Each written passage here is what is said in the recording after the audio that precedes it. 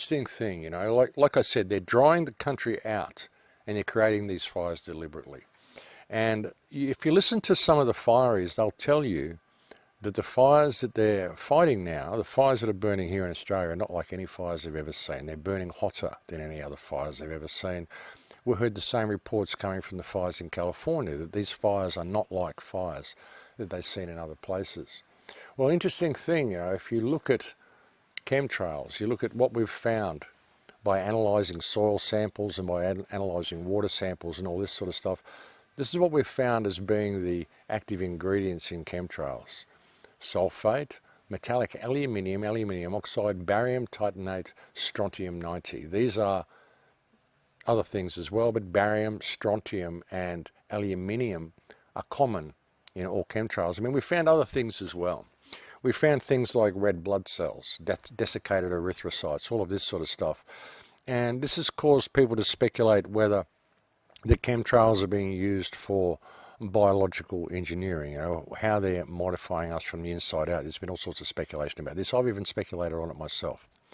But now I'm starting to question whether these sorts of components that have been found in chemtrails are actually a red herring. Whether they're there to simply get us looking in the other direction and not to really pay attention to the three main ingredients, which are aluminium, barium and strontium. And what might these be used for? That's an interesting question. Well, as pointed out by someone commenting on my YouTube channel, great comment, they mentioned that I should go and look up the components of sparklers. You know, sparklers, folks, that you use, you know, and crack a night, you get sparklers, you light them, they just let off pretty sparks. You have a look at this, you know, it's a handheld fireworks that burns slowly, emitting coloured flames, sparks and other effects.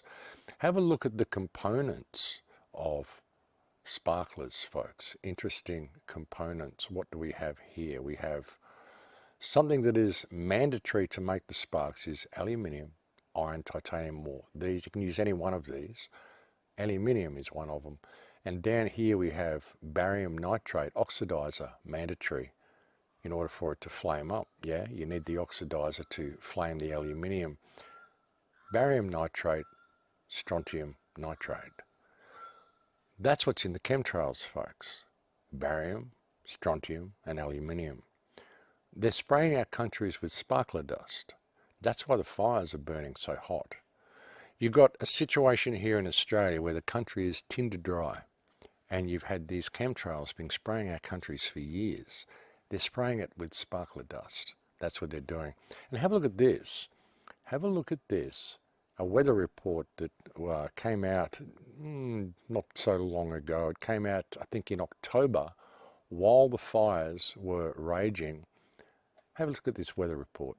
Let's check on today's weather now. And Tony, something strange going on in the skies of southern Queensland in the past day. Good afternoon, Katrina. Yes, we've started seeing some mysterious echoes appearing on the radar. Now, they started late yesterday afternoon over the Darling Downs with trails of blue sweeping across the southeast during the evening and overnight before it all dissipated early this morning. So, what is it? Well, it's not weather-related. Skies were clear last night and there was no rain recorded anywhere. Now, one theory is that it's a thing called chaff, small metal or plastic fibres released into the air to help shield military aircraft from radar detection during exercises. No one has confirmed that, but these streams here are consistent with something being released in the upper atmosphere over the Downs, then being swept across the southeast by strong winds.